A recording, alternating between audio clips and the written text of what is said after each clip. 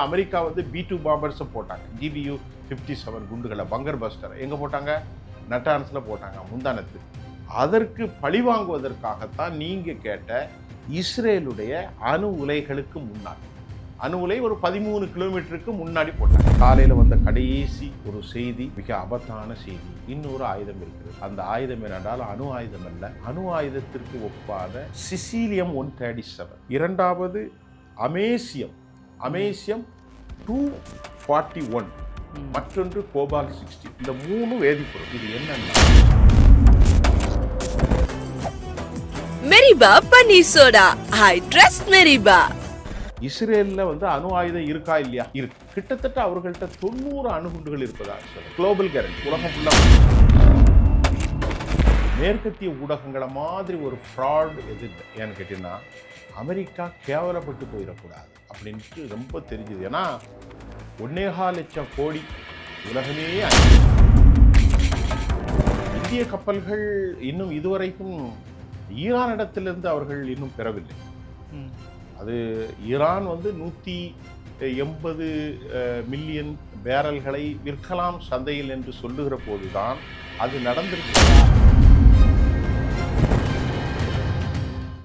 Reflect voice நேயர்களுக்கு வணக்கம். இன்றைய சிறப்பு நேர்காணலில் நாம் சந்திக்க இருக்கின்ற சிறப்பு விருந்தினர் மூத்த பத்திரிகையாளர் சுஃபியான் அவர்களை வரவேற்று நிகழ்ச்சிக்கும். சார் வணக்கம். வணக்கம். ஈரான், இஸ்ரேல், அமெரிக்கா அந்த போர் அப்படிங்கிறது நம்ம தொடர்ந்து பேசிட்டு வரோம். அணு நிலையங்களுக்கு பக்கத்தாவில் சில தாக்குதல் நடந்ததாகலாம் போட்டிருக்கிறாங்க. அதான் இப்போ சொன்னதான் எங்க நடந்தது சார் இது? இப்போ நான் சொல்லிட்டு இருக்கிற அணு நிலையில தாக்குதல் தான் இப்போ நான் சொல்லிட்டு இருக்கேன்ல, இஸ்ரேல் அணு நிலையம். இதே தான். இது 13 கிலோமீட்டர். அதாவதுங்க, இஸ்ரேலில் வந்து அணு ஆயுதம் இருக்கா இல்லையா? இருக்கு.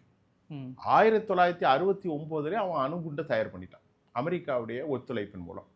அன்னைக்கு அரபுகளுக்கு ஒரு பெரிய ஞானம் கிடையாது, ரொம்ப சிம்பிளா இருந்தாங்க. இந்த மாதிரியான ஆட்கள்லாம் இல்லை.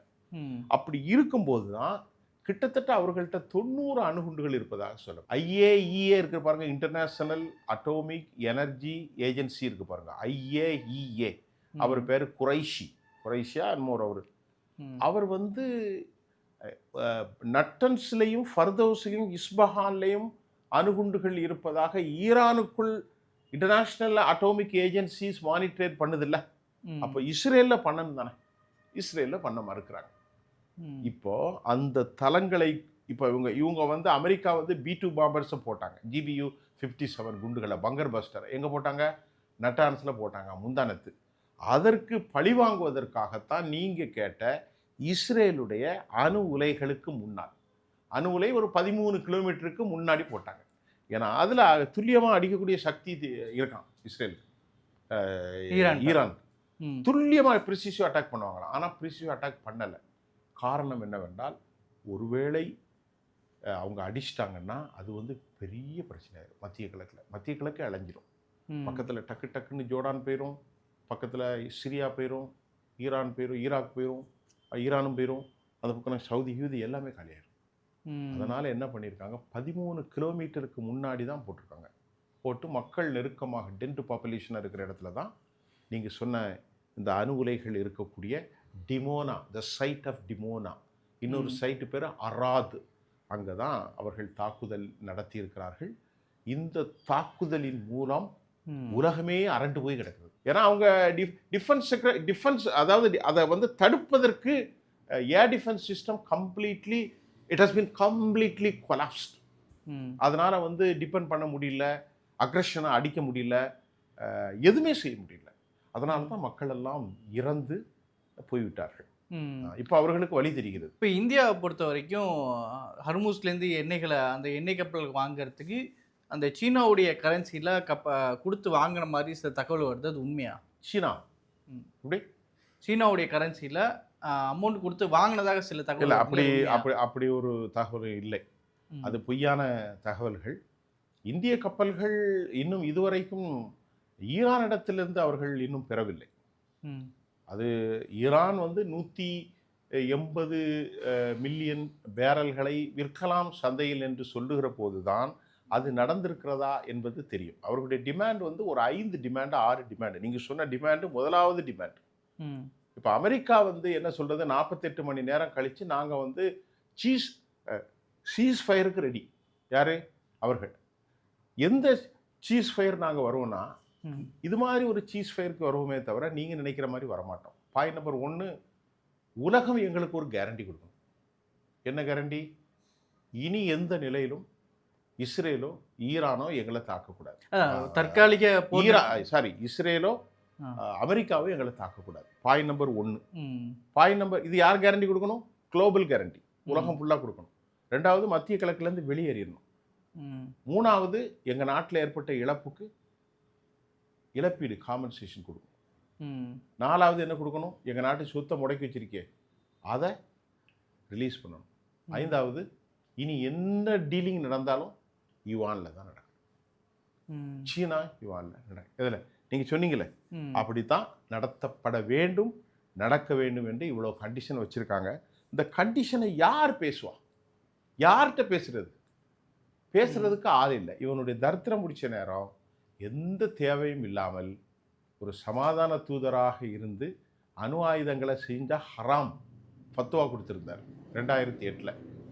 அவர் பெரியவர். அவர் சொன்னார், என்னை நீங்கள் கொலை செய்து விடலாம், ஆனால் உங்களுக்கு எந்த லாபமும் கிடைக்காது. ஏன்னா பேசுறதுக்கு அவர் மட்டும்தான் இருந்தார்.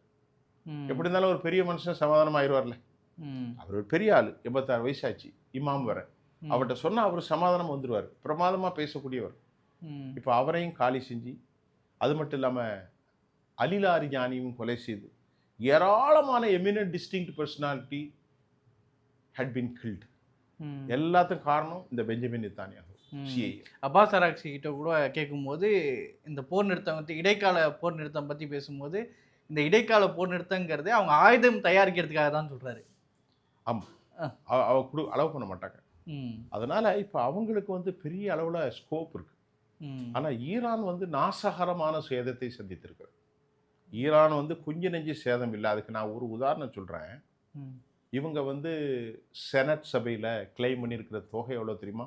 200 பில்லியன் US டாலர். இதுவரை அவர்கள் செலவு செய்திருக்கிற தொகை எவ்வளோ தெரியுமா? 250 பில்லியன் US டாலர்.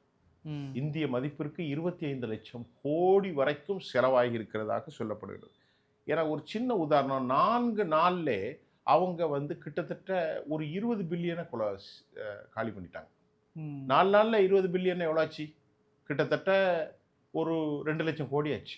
இன்னைக்கு 20 நாளில் அவங்க இவ்வளோ தொகை வந்திருக்கும். ஏன்னா இதற்கு முன்னாலே அவர்கள் போர ஆரம்பிச்சிட்டாங்க. இந்த போர் 24, போருக்கு ஒரு மாதத்துக்கு முன்னாடி என்ன வந்துச்சு? Abraham Lincoln. இப்போ ஒரு கேள்வி சார், இந்த மேற்கத்திய ஊடகங்களை மாதிரி ஒரு ஃப்ராட் எது இல்லை. ஏன்னு கேட்டீங்கன்னா, ஆப்ரஹாம் லிங்கன், USS ஆப்ரஹாம், இங்கே கேள்விப்படுங்க, பயங்கரமாக வந்து நிற்கும் போது நமக்கு பயமாக இருக்கும். அவ்வளோ பயங்கரமான USS ஆப்ரஹாம் லிங்கன் எங்கே? USS ஜெரால்ட் ஆர்ஃபோர்டு எங்கே? USS WS புஷ் எங்கே? USS கேனி வில்சன் எங்கே? USS ஹரி ட்ரூமன் எங்கே? USS சாண்டோ எங்கே?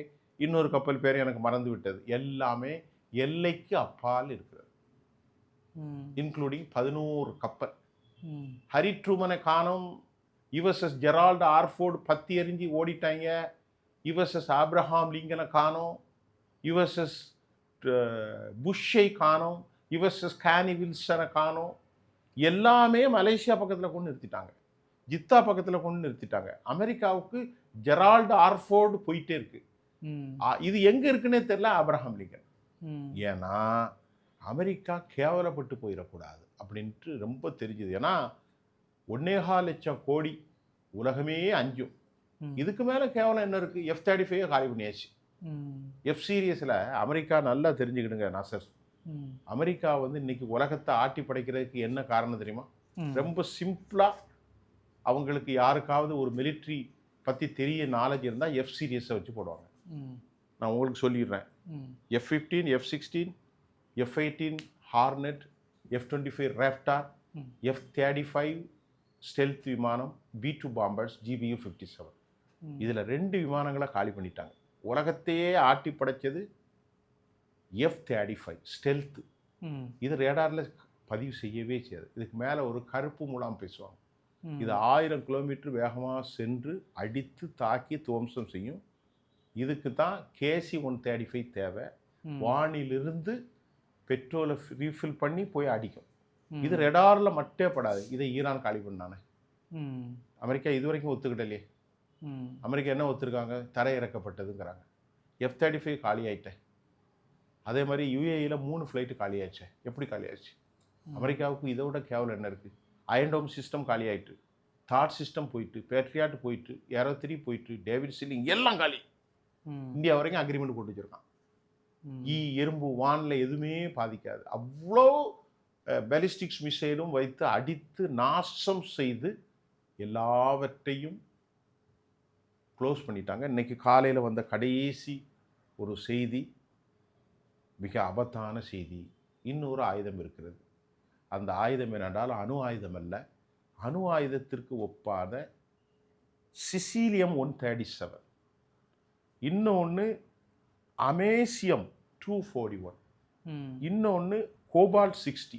இந்த 3 பொருட்களால் சிசீலியம் 137, இரண்டாவது அமேசியம் 241, மற்றொன்று கோபால்ட் 60. இந்த 3 வேதிப்பொருள். இது என்னன்னா அணு துகள்கள் இருக்கு பாருங்க, அணு கருவில் யுரேனியத்தில் உள்ள தூள், அப்புறமா அட்டோமிக் எனர்ஜியில் இருக்கக்கூடிய தூள்கள். இது அணு கதிர்கள் அல்ல, அதில் ரேடியம் ஐசோடோப்ஸ் இந்த மாதிரியான அணு கதிர்களின் மூலமாக மருத்துவங்களில் பயன்படுத்துவது எல்லாத்தையும் சேர்ந்து ஒரு ஆயுதங்களை செஞ்சுருக்காங்க. ரொம்ப விரிவான உரையாடல். மற்றொரு பகுதியில் சந்திப்போம். கருத்துக்கு நேரத்தை மிக நன்றி.